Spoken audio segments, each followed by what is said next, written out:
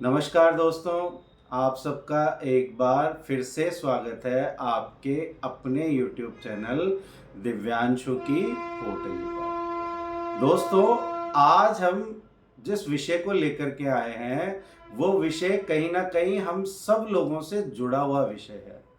आज हम आपके लिए लेके आए हैं सेफेस्ट इन्वेस्टमेंट के 6 तरीके।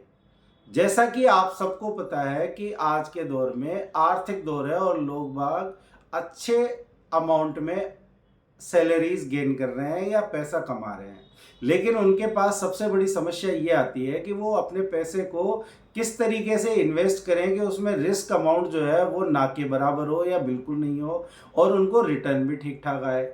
तो इसके लिए हम आज आपके लिए जो विषय लेके आए हैं उसमें हम 6 प्रकार के इन्वेस्टमेंट लेके आए हैं जिसमें रिस्क अमाउंट जीरो है और आपको रिटर्न भी ठीक ठाक आएगा। सबसे पहला तरीका है फ्लोटिंग रेट सेविंग बॉन्ड। ये जो है भारतीय सरकार ने आरबीआई के अंडर में जो है ये स्कीम चला रखी है, जिसमें आरबीआई ने 2020 के बाद, पहले ये जो था सेविंग बॉन्ड के नाम से था, लेकिन उसको आरबीआई ने बंद करके 2020 के बाद से इसका नाम बदल करके फ्लोटिंग रेट सेविंग बॉन्ड्स के नाम से आ गया। अभी दिसंबर 2020 में ही गवर्नमेंट ऑफ इंडिया ने ये डिक्लेयर किया है कि इस पर जो रिटर्न मिलेगा वो 7.35% पर ईयर मिलेगा, लेकिन जो है इसमें जो लॉकिंग पीरियड है वो 7 साल का है। यदि आप 7 साल तक का अगर इंतजार कर सकते हैं तो ये आपके इन्वेस्टमेंट का सेफेस्ट तरीका है और इसमें रिस्क भी नहीं है। लेकिन इसके जो 2 ड्रॉबैक हैं उसमें सबसे पहला ये है कि ये टैक्सेबल कैटेगरी में आता है, मतलब आप इसमें जो भी पैसा गेन करेंगे उस पर आपको टैक्स कैलकुलेट होगा। दूसरी चीज की जो है इसका 80C में आप इसका लाभ नहीं ले सकते। इसके अलावा जो दूसरा तरीका है वो हमारा पारंपरिक तरीका है फिक्स्ड डिपॉजिट। जैसा कि हम सभी जानते हैं कि फिक्स्ड डिपॉजिट कई सालों से बेटर रिटर्न का एक बहुत अच्छा सोर्स रहा हुआ है, जहां पर आपके पैसे की गारंटी जो है 100% है और उसमें रिटर्न भी ठीक ठाक आता था। पिछले कुछ समय से पोस्ट कोविड फेज में गवर्नमेंट ऑफ इंडिया ने जो था इकोनॉमी को बूस्ट अप करने के लिए एफडी और आरडी पे रेट ऑफ इंटरेस्ट काफ़ी घटा दिए थे, लेकिन पिछले 1 साल में आरबीआई ने जो रेपो रेट में 2.5 से 3% का इजाफा कर दिया है। इसकी वजह से लोन्स महंगे हो गए हैं और रेसिप्रोकेटली जो है एफडी पर रेट्स जो है गवर्नमेंट ने अभी काफ़ी अच्छे इम्प्रूव कर दिए हैं। इसमें ज़्यादातर सीनियर सिटीजन को फ़ायदा होता है। अगर सीनियर सिटीजन इसमें अगर इन्वेस्ट करते हैं 5 साल के लिए तो उनको जो आज की डेट में रिटर्न आता है वो लगभग 7.60 के आसपास आता है, जबकि नॉर्मल आदमी को इसमें जो रिटर्न मिलता है वो 7.10 के आसपास आज की डेट में मिल रहा है। तीसरा तरीका जो है वो है आरडी। अगर आपके पास एक मुश्त पैसा नहीं है, अगर एक मुश्त पैसा है तो आप उसको एफडी में इन्वेस्ट कर सकते हैं, और अभी यदि आपके पास एक मुश्त पैसा नहीं है और आप उसको इंस्टॉलमेंट में देते हैं तो आप आरडी रिकरेंट डिपॉजिट स्कीम का चयन कर सकते हैं। इसमें भी जो जो आपको रिटर्न आता है वो सीनियर सिटीजन को मैक्सिमम रिटर्न आ रहा है आज की डेट में 6.30 के आसपास, जबकि नॉर्मल पर्सन को जो इसमें रिटर्न आ रहा है वो 5.50 के आसपास रिटर्न आज की डेट में लगभग एवरेज सभी बैंकों की तरफ से आ रहा है। इसमें भी आपका पैसा पूरी तरीके से सुरक्षित है और आप इसमें जो है इन्वेस्ट करके छोटा छोटा इन्वेस्टमेंट मंथली बेसिस पे करके और लगभग ठीक ठाक पैसा आप मेच्योरिटी पे इस पे ले सकते हैं। चौथा तरीका जो कि हमारा सदियों से चला हुआ आ रहा है गोल्ड। जैसा कि मैंने एक पिछला वीडियो गोल्ड जो था सोवेरियन गोल्ड बॉन्ड पे बनाया था, लेकिन आज मैं सेफेस्ट तरीके में बॉन्ड की बात नहीं कर रहा हूं, मैं गोल्ड की बात कर रहा हूं। यदि आपके पास पैसा है और उसको आप गोल्ड में इन्वेस्ट करते हैं तो आपको 2 तरीके से ये मदद करेगा। सबसे पहला तो मार्केट के इन्फ्लेशन रेट का इस पर कोई असर नहीं होगा। जब इन्फ्लेशन रेट आती है तो उसका गोल्ड पर कोई आपको नुकसान नहीं होगा। दूसरा, यदि शेयर बाजार गिरता भी है तो आपका पास गोल्ड पड़ा हुआ है, आपके पास कोई मजबूरी नहीं है, इसमें दोनों तरीके से आप बचे हुए रहते हैं। तो ये पारंपरिक तरीका भी आपको सेफेस्ट इन्वेस्टमेंट की कैटेगरी में आता है।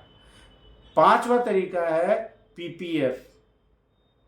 आप इस तरीके में बैंक में जाकर के और पीपीएफ का खाता खुलवा सकते हैं, लेकिन इसकी सबसे बड़ी जो कमी है उसमें इसका लॉकिंग पीरियड है। वो लॉकिंग पीरियड जो है वो इसका 15 साल का लॉकिंग पीरियड है, लेकिन पीपीएफ में जो रिटर्न है वो काफ़ी अच्छा रिटर्न मिल जाता है, लगभग 7.5 से 8% के आसपास आपको रिटर्न मिल जाएगा।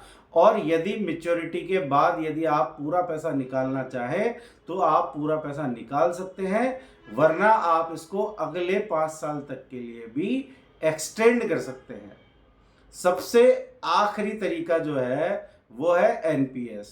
जैसा कि आपको पता है कि 2005 के बाद नेशनल पेंशन स्कीम के अंडर में जो सरकार जो है वो एनपीएस को लेकर के आई है। अगर आप एनपीएस में इन्वेस्ट करते हैं, चाहे आप गवर्नमेंट एडेड है या प्राइवेट है, आप एनपीएस में इन्वेस्ट करते हैं तो आपको जो है रिटर्न भी अच्छा मिलेगा, और साथ ही साथ आपको इनकम टैक्स में अप टू 2 लाख रुपीस की छूट मिलेगी। तो ये भी एक तरीका, बहुत अच्छा तरीका है जिसमें आप अपने पैसे को इन्वेस्ट करके अच्छा रिटर्न ले सकते हैं, और इसमें रिस्क की गुंजाइश ना के बराबर है या बहुत कम है।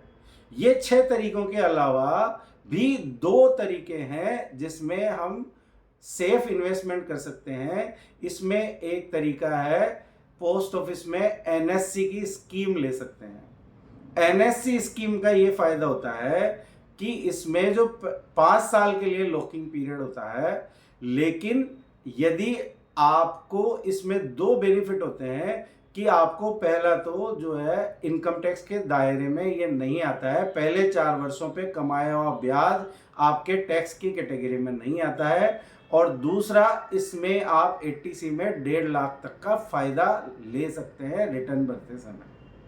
और सबसे जो आखिरी जो तरीका है, जो सेफेस्ट तरीका है, वो है post office monthly saving scheme. ये भी इन्वेस्टमेंट का बहुत अच्छा तरीका है। यदि आप इसमें इन्वेस्ट करते हैं तो इसकी मैच्योरिटी के बाद आपको पर मंथ गारंटीड इनकम आपको मिलना शुरू हो जाएगी। फॉर एग्जाम्पल, अगर आप 4.5 लाख रुपए इस पोस्ट ऑफिस मंथली स्कीम में जो है इन्वेस्ट करते हैं तो 5 साल के बाद आपको सालाना जो है 29,700 रुपए का गारंटीड इनकम आपको जनरेट हो जाएगा।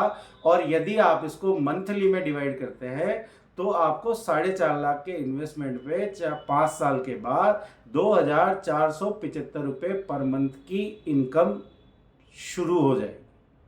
तो दोस्तों, आज हमने अपने जो टिप्स दिए हैं वो सेफेस्ट टिप है। आपको जो है इन्वेस्टमेंट में यदि आपको रिस्क नहीं लेना है, ना के बराबर भी रिस्क नहीं चाहिए, तो आप ये जो 6 तरीके और एक्स्ट्रा 2 तरीके मैंने बताए हैं, इन तरीकों में आंख बंद करके आप इन्वेस्ट करके अपने पैसे को सुरक्षित भी रख सकते हैं, और उससे अच्छा रिटर्न भी आपको मिल सकता है, जो कि वेरी करता है। आरडीज में सबसे कम लगभग 5.5 के आसपास, और मैक्सिमम आप 7.5 से 8% के आसपास भी आप इसमें रिटर्न उठा सकते हैं। ये सलाह जो है ज़्यादातर नए जो सरकारी कर्मचारी हैं जिनको बिल्कुल भी आइडिया नहीं है कि इन्वेस्ट कहाँ करना है, या ऐसे लोग जिनके पास बड़ा अमाउंट नहीं है और वो रिस्क लेने की स्थिति में नहीं है और वो हवाई सपने नहीं देखना चाहते जो कि चैनलों पे दिखाए जाते हैं। कोई कहता है कि आप जो है शेयर बाजार में लगाओ, इतने लगाओगे ये आ जाएगा वो आ जाएगा, लेकिन राकेश झुनझुनवाला एक पैदा होता है, बाकी सभी रोड पर आ जाते हैं जब शेयर बाजार टूटता है। या दूसरे इन्वेस्टमेंट जिनमें कम रिस्क होती है, जिसमें म्यूचुअल फंड आते हैं, एसआईपीज आती है, लेकिन वो भी मार्केट रिस्क पे आते हैं। और इस तरीके के इन्वेस्टमेंट यदि आप नहीं चाहते हैं तो जो आज का विषय जिसमें मैंने 7 तरीके 8 तरीके आपको बताए हैं, उसमें आप इन्वेस्ट करके अपने पैसे को आप ग्रो भी कर सकते हैं और अपने पैसे को अपने आने वाले टाइम के लिए यूज़ भी कर सकते हैं। आशा है कि आज का विषय आप सबको पसंद आएगा, और यदि आपको ये पसंद आता है तो आप मेरे चैनल को सब्सक्राइब करिए और अपने मिलने वाले और परिचितों को शेयर कीजिए। धन्यवाद।